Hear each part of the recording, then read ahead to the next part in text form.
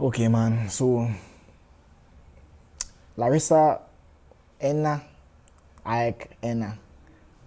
1-1 for the English-speaking people. Firstly, I must give Larissa credit. Larissa came out there, they played ball.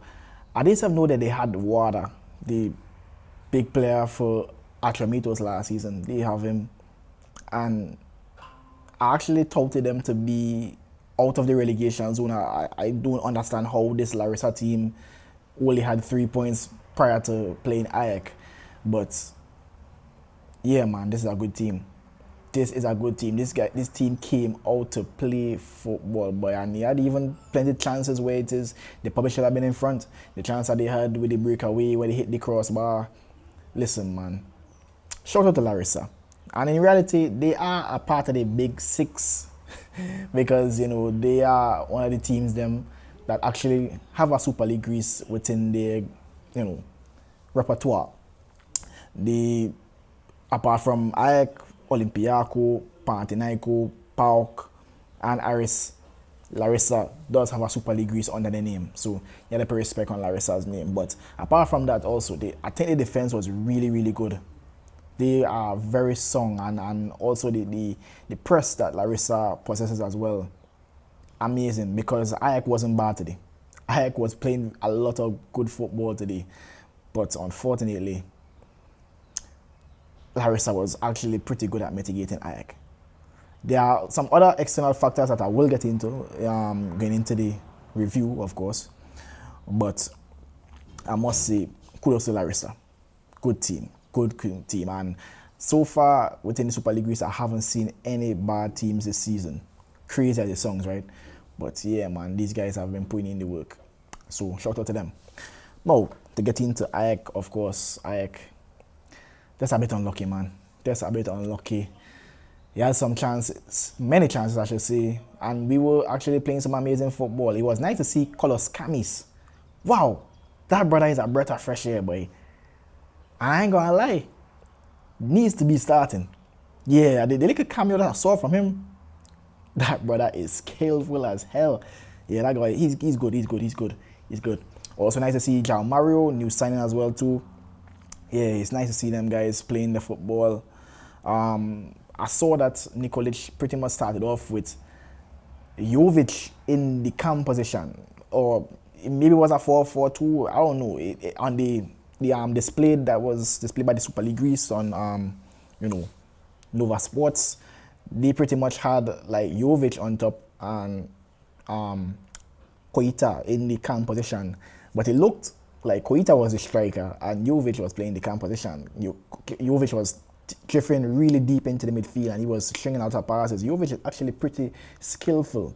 I actually thought that he was just a regular, just a poacher, a striker, but he actually really talented when it comes to like stringing passes, maintaining the ball. If he touches, amazing as well too. He really was doing well in evading all the defenders. So Jovic is actually pretty good. But unfortunately, when it comes to the finishing department, still not up to where he needs to be and where he should be and where he has been as Jovic. We all know Jovic, the guy from Eintracht Frankfurt, the guy who made Real Madrid side. Like, he should be finishing the chances that he would have had. He had a couple headers, none of the headers and one target, unfortunately. And the last chance when Mandalos flicked it over, he needs to score that. Needs to score that. But and he might just be the determining factor whether or not we grasp that next Super League Greece title or even a trophy this season, because we need a striker. We need a guy who is consistently putting the ball in the back of the net. That's what we have been crying for. We got rid of Ponce, got rid of Araujo, we got rid of Levi Garcia, and we're in dire need of a guy, a prolific striker who could score week in, week out. And so far we haven't got that. Man. Jovic only has 1 goal for the season, and that came in the Conference League qualifiers. So, food for thought. Jovic needs to step up in the goal scoring department. We ain't spend money, but he had a big wage. Put the ball in the back of the net, Mr. Jovic. But apart from that, really good game. Really, really good game from Jovic. But needs to score the goals, then, man. And of course, you have to talk about the goal scorer himself, Mr. Mandaldino, the guy who came on. As soon as he came on, let's put the ball in the back of the net. And this is what I had to piggyback again with Mr. Jovic. Jovic has to put the ball in the back of the net because we can't be depending on our midfielders to be scoring all the goals, bro.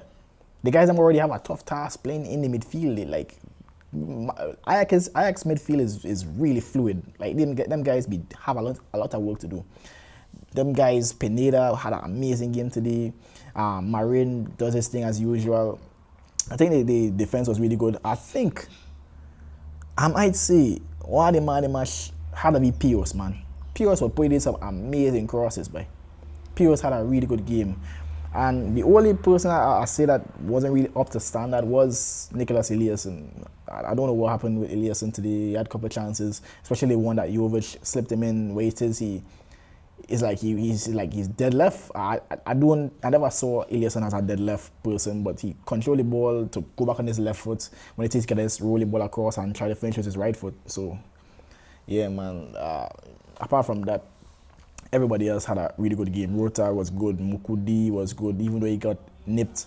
Again, we have been saying with Mukudi, he has this tendency where he don't like to just play back the ball to the goalkeeper.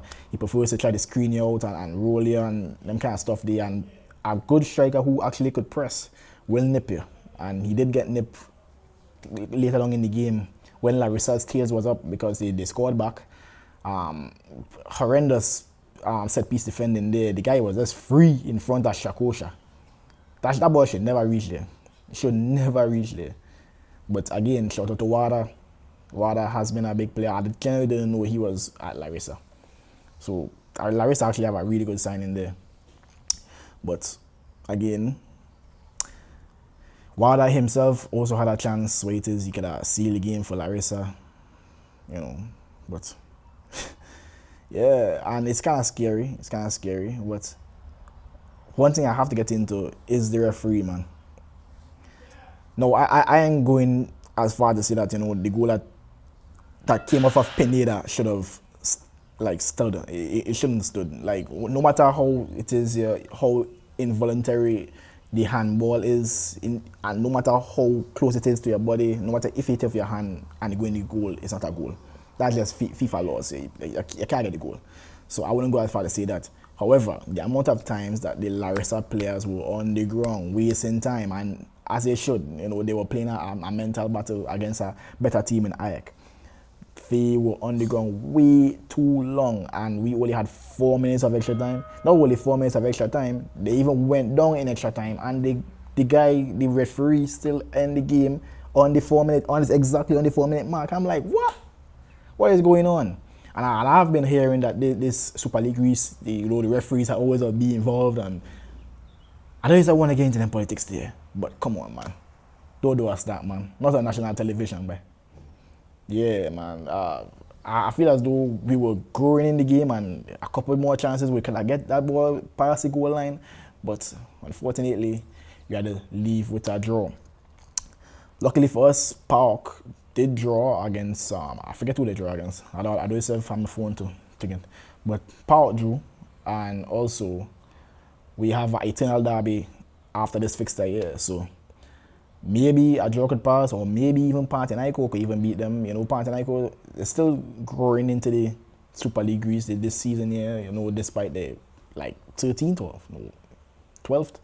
But still, they have the ability to beat Olympiacos, especially with the addition of Cyril Dessers. So maybe we should definitely take our chances and cement our spot on top of the league. It would have been a nice start, but unfortunately, we had to do it like Penny and do it the harder way, as the AEK way does.